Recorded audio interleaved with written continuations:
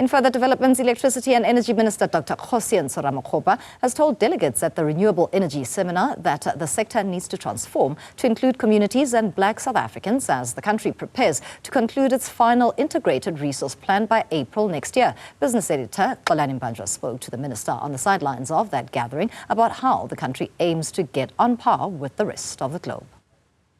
A number of challenges are facing South Africa's security and energy mix, and today we are here to find the solutions to those bottlenecks that we absolutely have.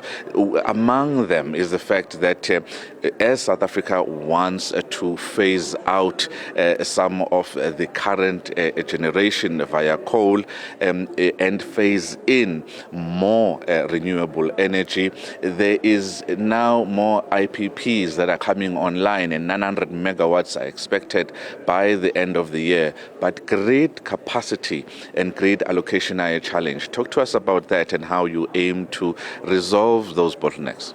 Thanks, Xolani. Absolutely correct. I think renewable energy's share of the energy mix is going to increase exponentially because of objective reasons. First, we have committed to the nationally determined contribution voluntary targets. We have set ourselves to green the South African economy, understanding that there's a correlation between greenhouse gas emissions and also climate change, protect the environment, the health interest of communities in the immediate geography where you find these coal-fired power stations. We have seen multiple bid windows. So the question we're asking is how best can we ensure that this process is accelerated?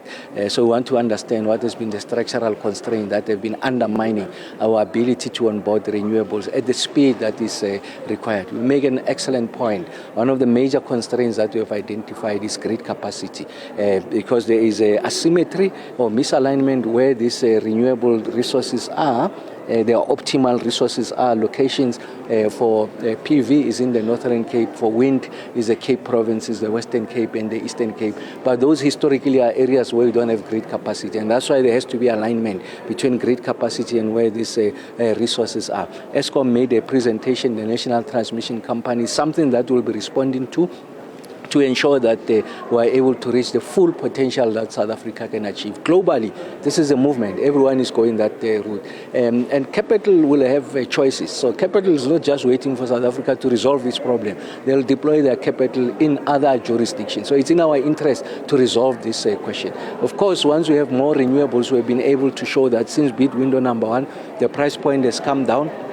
The unit cost now has come down by 85% on solar PV, 56 cents kilowatt hour, and on wind has gone down also by 75%. So it shows that once the renewables share of the aggregate is greater, you are likely going to see it in the price point of electricity. And of course, ensuring that to protect the interest of industry to access European markets, they are going to be introducing the carbon border adjustment mechanism. Essentially what that does is that those products that want to have access into their markets, if they are produced through greenhouse gas or fossil fuels, they are going to face a tariff. So they'll be uncompetitive. So they will not have access to those markets. If they don't have access, then they can't produce, then they have to lay people off. So it's in our interest to resolve that question, affordability, market access, but the ecological consideration and also attaining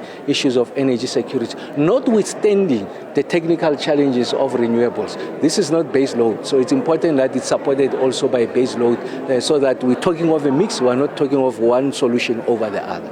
And before I let you go, Minister, people are still talking about what we are likely to see in terms of that particular application to NERSA for a tariff increase. You have been a huge proponent of affordable electricity. What can you tell us right now, briefly? So first is that the proposed tariff is untenable, unaffordable.